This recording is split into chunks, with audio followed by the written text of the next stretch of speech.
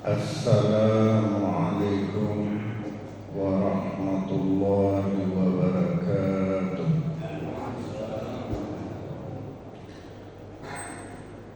Innal hamdalillah nahmaduhu wa nasta'inuhu wa nastaghfiruh wa na'udzu billahi min shururi anfusina wa min sayyiati a'malina.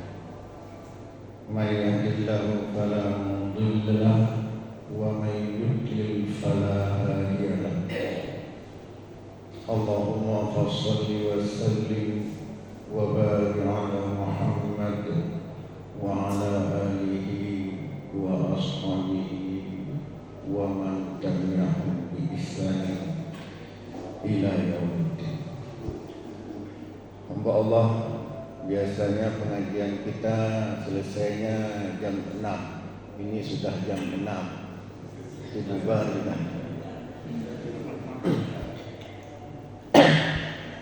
Ya.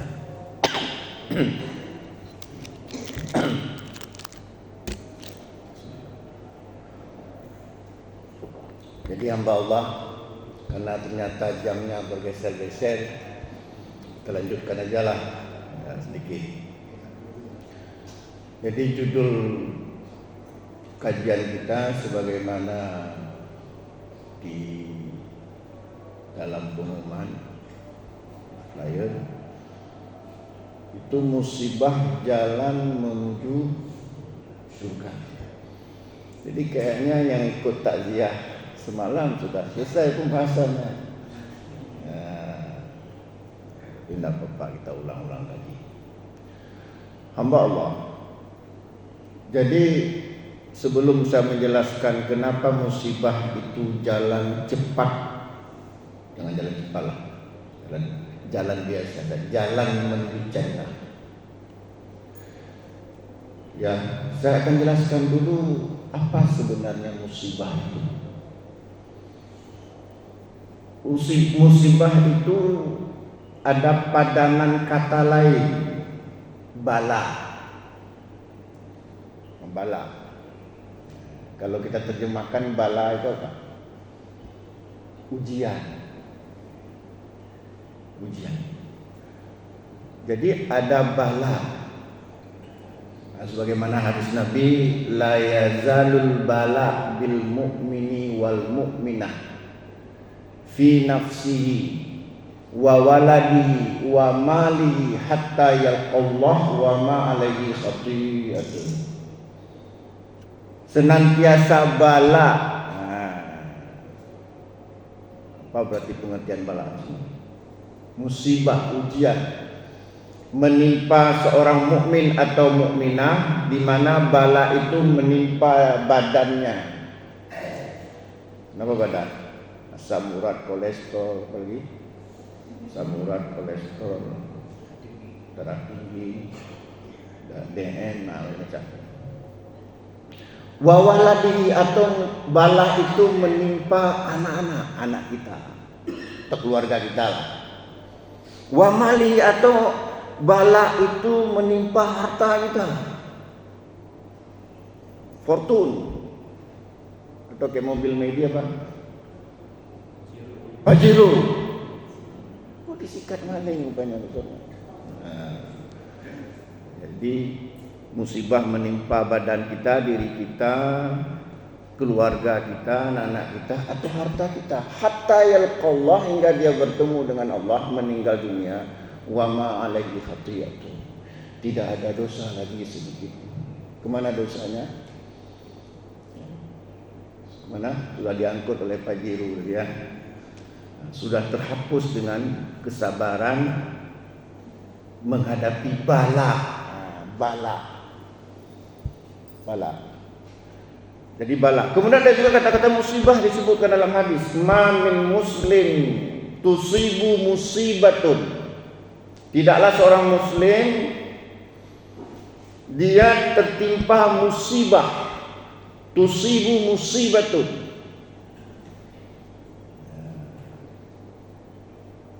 Summa yaqulu, kemudian mengucapkan inna lillahi wa inna ilaihi raji'un. thumma yaqulu Allahumma ajurni fi musibati wa akhlif li khairan minha illa ajarallahu fi musibatihi wa akhlafa lahu khairan minha. Tidaklah seorang muslim tertimpa musibah kemudian dia mengucapkan istirja, innalillah. Kita seolah-olah kalau mendengar innalillah itu orang meninggal, padahal musibah, apa saja musibah, bahkan gak dibahas hari-hari. Yang ka innalillahnya, ka innalillahnya, seolah yang mati. Padahal innalillah itu adalah musibah. Ya. Semuanya kudu kemudian membaca doa Allahumma ajurni fi musibati wa akhlif li khairan minha. Ya Allah, berikanlah pahala atas musibah yang menimpaku dan berilah ganti yang lebih baik.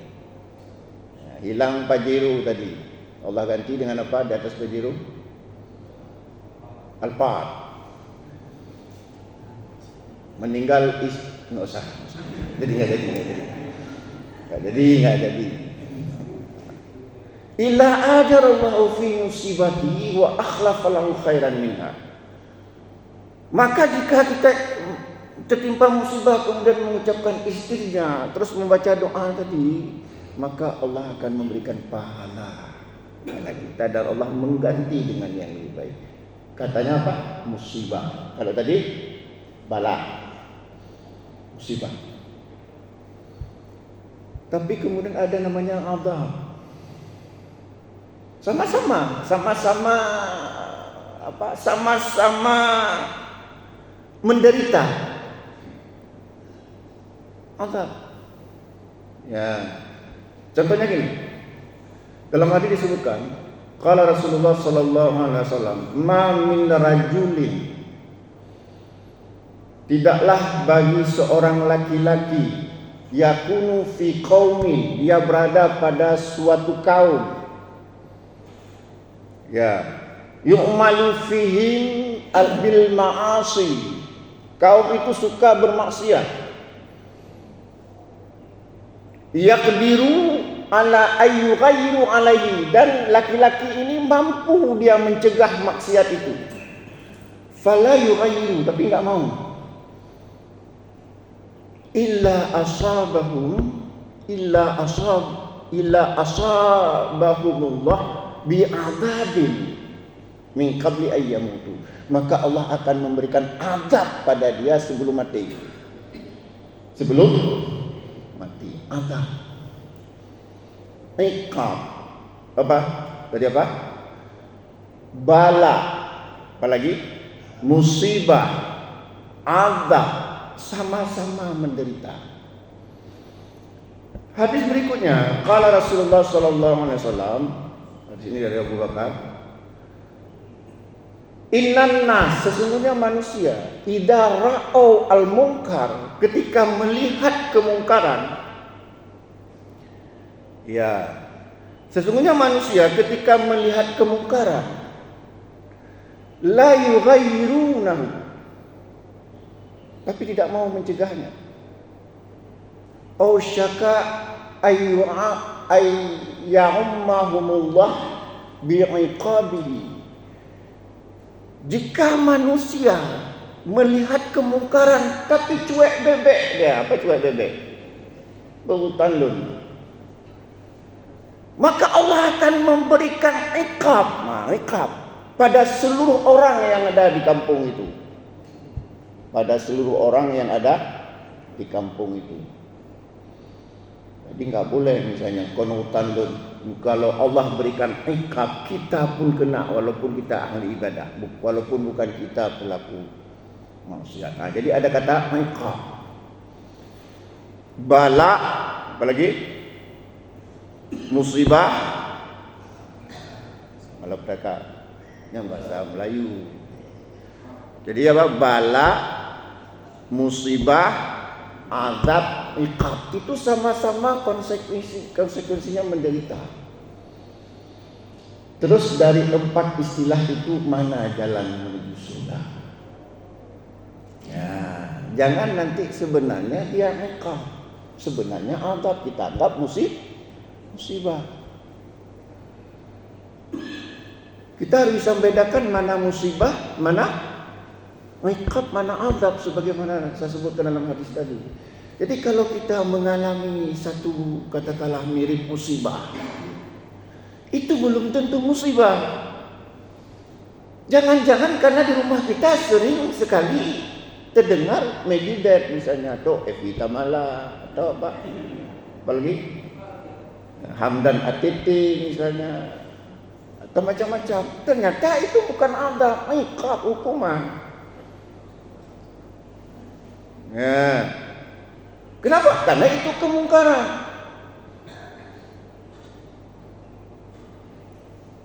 Ma min rajulin yakunu fi qaumin, tidaklah bagi seorang laki-laki dia berada di dalam suatu kaum, yu'malu fihim bil ma'asi, kaum itu suka dengan maksiat, suka dangdut koplo misalnya. Ya, koplo. Suka dengan koplo. Yakdiruna ala ayyughayyiru. Dan laki-laki itu mampu mencegahnya. Fala yughayyiru, tapi dia enggak mau. Illa asabahumullah bi'adzabin min qabli ayyamutu, maka Allah akan memberikan azab bagi laki-laki yang enggak peduli dengan kemungkaran tersebut. Nah, azab itu sama dengan musibah. Apa maksudnya sama? Sama-sama menderita, tapi itu enggak menuju jalan ke surga. Karena apa? Itu azab. Atau firman Allah begini, surat Taha ayat 124. Wa man a'rada an dzikri fa inna lahu ma'isyatan danka wa nahsyuru yaumal qiyamati a'ma. Barang siapa yang berpaling dari peringatanku, kata Allah, maka Allah akan memberikan kehidupan yang sempit. Kehidupan yang sempit itu kan mirip musibah. Azab. Itu kan kehidupan yang sempit.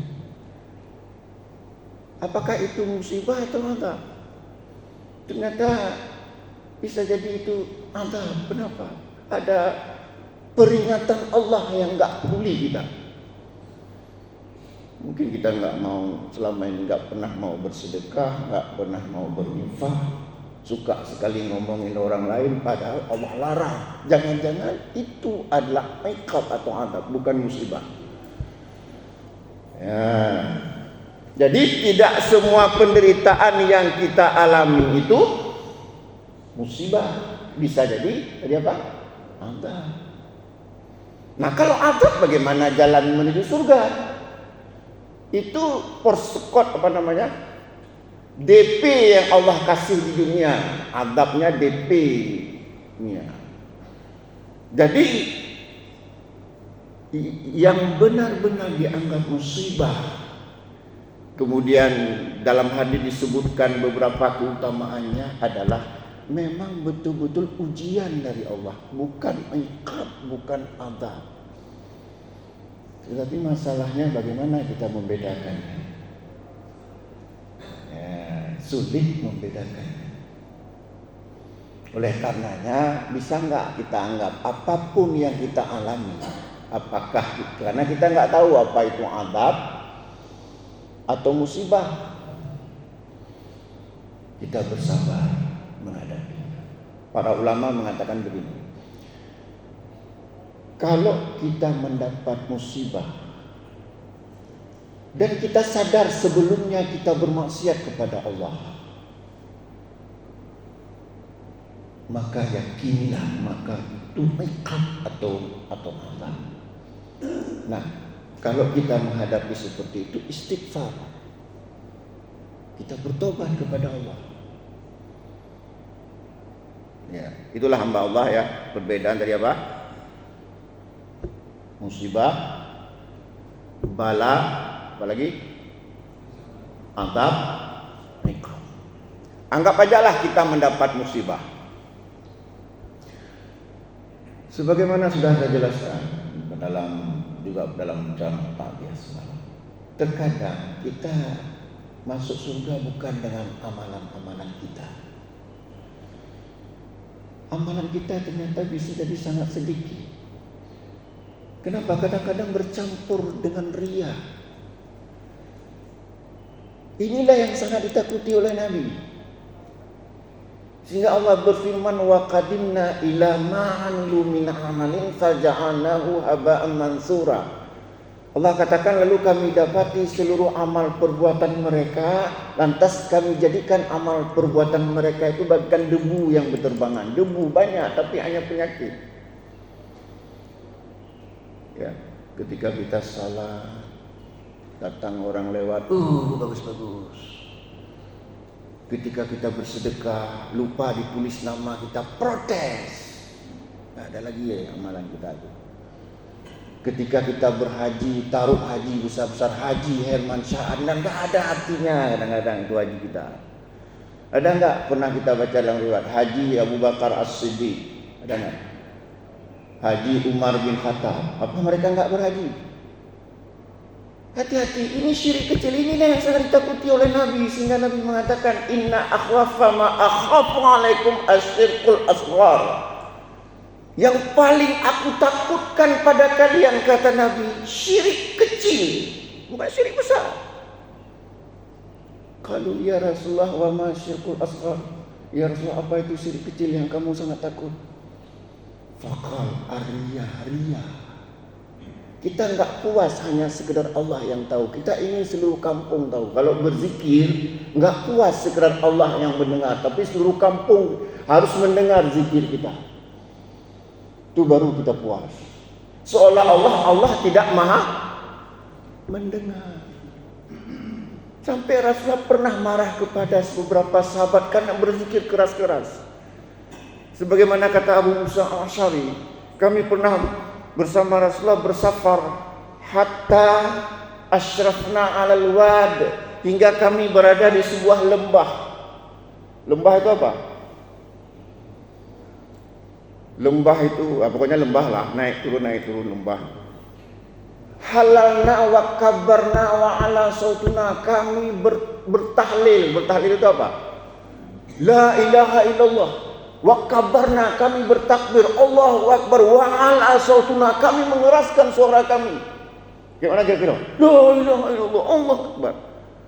Ternyata Nabi marah Nabi sampai Nabi mengatakan, ya ayuhan nas irba'u ala anfusikum, wahai manusia, rendahkan suara kalian, enggak perlu teriak-teriak. Ya ayuhan nas irba'u ala anfusikum fa innakum la tad'una as-samma wala ghaiba. Sesungguhnya kalian berzikir bukan zat yang peka, bukan zat yang tiada. Innahu ma'akum, Allah bersama kalian. Innahu sami'un qarib, dia maha mendengar lagi maha dekat. Enggak perlu teriak-teriak. Tapi kita enggak puas kalau enggak pakai mic. Tengah-tengah malam orang enggak bisa tidur, mulailah kita mengaku berzikir. Allah irama arafik tu. Allah. Apa begitu? Apa begitu ajaran Islam? Dipegahkanlah, diusir dari kampung. Betul tak? Coba berani pegahkanlah. Cabut KTP. Gak bisa tidur, tapi itulah mereka. Gak puas kalau enggak zikirnya, kalau enggak doa mereka. Kita khawatirkan masuk penyakit riya. Sampai Nabi mengatakannya, riya itu kadabi bil namli ala syafat sauda'a fi dhulumatil lail. Riya itu kadang-kadang ya seperti semut hitam di malam hitam, di batas batu hitam, di malam hitam, nampak tak? Jadi kadang-kadang kita masuk surga dengan amalan kita. Bukan dengan amalan kita. Jangan-jangan amalan kita yang diterima hanya sedikit. Ternyata kita masuk surga karena sabar menghadapi musibah. Nah, seperti tadi, seperti hadis tadi. Ma yazalul bala bil mu'mini wal mu'mina fi nafsi wa waladihi wa malihi hatta yalqallah wa ma alaihi khati'atun.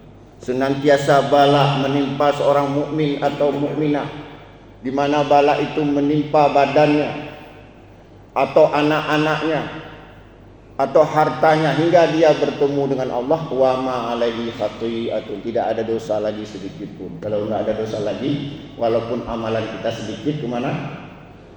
Surga. Itulah hamba Allah.